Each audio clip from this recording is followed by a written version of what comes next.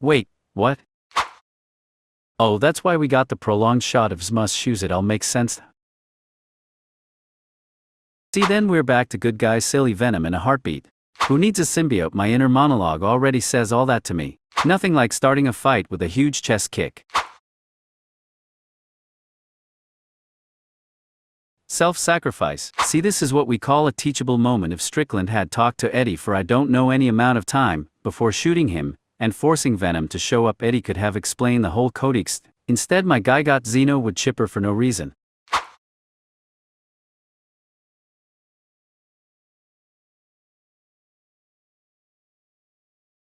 Snap into a sim gym. Yes, Nigel Gruff to the rescue? Absolute perfect arc for this character. With a movie called The Last Dance, I thought something like this might be coming, and it still throat punched me with feels.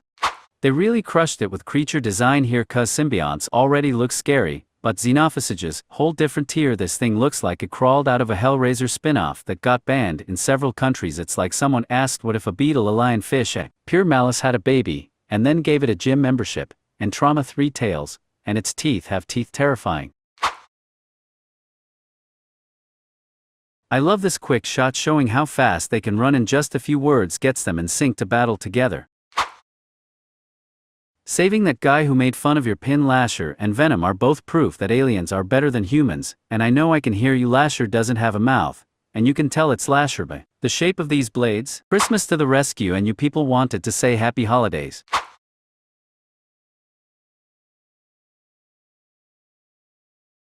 This movie has spent a lot of time making sure we remember that Venom is fun-loving, and a great friend, and also gets scared of stuff, so when he emerges as the badass psycho we love, it hits really hard. Dang Sadie Christmas, Venom is poking some ho-ho holes in that xenophage. Love Venom's strong sense of justice? 'Tis the season for slicing?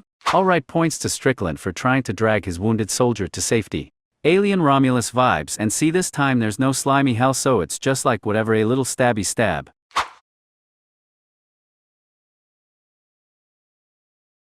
So back at the river, one guy tried to drown Eddie, another tried to shoot him, and he kills them in self-defense, and Strickland's like, cool, I'll just shoot Eddie, that'll fix it. Point is, Shul Ejiofor is absolutely crushing the role of emotionally unstable guy somehow in charge of military decisions.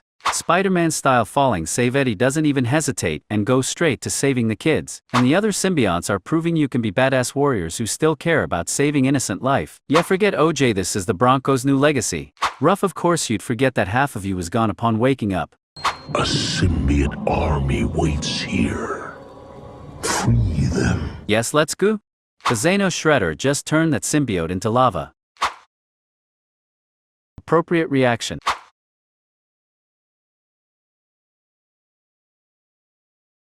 Think better of yourself, Martin, although he's probably had lots of acid burnt out friends, so this is fair. Is this when the Venom franchise jumped the shark, or is this the moment it finally found its way? I'll let you decide. Every word to Space Oddity, but when it comes to Abba, he's more vibes driven. Never mind, you don't get to decide, this is Venom's moment. He really has been having a rough time of footwear, that little pout before they drag him away. So he's pretty much just become Dan Egan, right? That's a movie I'd watch. Bring Jonah in as his foil. Monsters that somehow hide in plain sight are way more terrifying. Venom's enthusiasm is always hilarious, but also infectious. Also, I have to imagine the horse is also having an amazing time. Quickest costume change ever. It's true, UK 2021 baby. Swingers reference, I think Venom, and I would be friends should I do Ega Swingers. Fastest gambling addiction acquisition ever. You usually need that one win to get hooked, but Venom speedruns stuff like this. And you got to love that Eddie is immediately on board. Friendship, am I right? Maybe with extra perks, at least for Venom and Chen. Symbiote-specific sound-based weaponry? This seems insane. It's awesome, but you could not pay me enough to be one of these dudes. If I was one of them, I'd be spinning around in circles, and grabbing the ropes, and crap. I love everything about this. More of this. I would watch 20 movies about Venom the Frog. The xenophage POV is almost like a map of an area you haven't been in a video game. The codex is the goal, but everything else is gray and fuzzy. Incredible Mermaid Dive. Merman! Sorry, Merman? I think part of the reason he doesn't join in is because the whole thing makes him sad, and Miss N, but it's also the first time we get hints that Eddie doesn't believe he and Venom are making it out of this. Now Venom's doing a Shatner version. Yeah, I know that's Rocket Man, but Major Tom always gets used in great scenes. Walter Mitty and Mr. Deeds prove my point. It really is like that when you drive to Vegas. It's so dark, and then all of a sudden it's like a different planet. Also, Cat Stevens is always a win. He was, and dress codes are stupid, sometimes even discriminatory. This is where my jaw got stuck open, cause like I'm not sure there was even a pint of blood in the first Venom movie, and then Carnage was like sort of made of blood. I did not force. Alien with wood chipper mouth shredding humans into Miss Cumming, and I don't know if she's like filtering out the blood. It's horrendous, and it shocked me to my core, and I also love it so much. Loving the way the green symbiote moves like he's underwater. Come on, all those symbiotes. And they couldn't toss one to Coach Beard. And the timing here reminds me of Vanapause? Bitch, are you improving? Also, Null is Metalaf. Not much else to say about it, but when just a normal looking dude is commanding nightmare fuel beasties like this, you know he's got the power. See, then we're back to good guy silly Venom in a heartbeat. Venom sneaking. What works well about this is that even if Venom symbiote didn't die in the end, they'd have to separate either way, and I think they both. Ingenuity. Venom uses Eddie as a weapon. Best Crocs out of all time. I think this all just speaks to Venom being more comfortable with himself and who he truly is, and I'm happy for the big guy. Brutal, much closer to the brutal we wanted in the first movie, but also immensely wholesome that this is all to save some fluffy bois. Rhys Ifans and Alana Ubach, they both rule, as does that beautiful beard.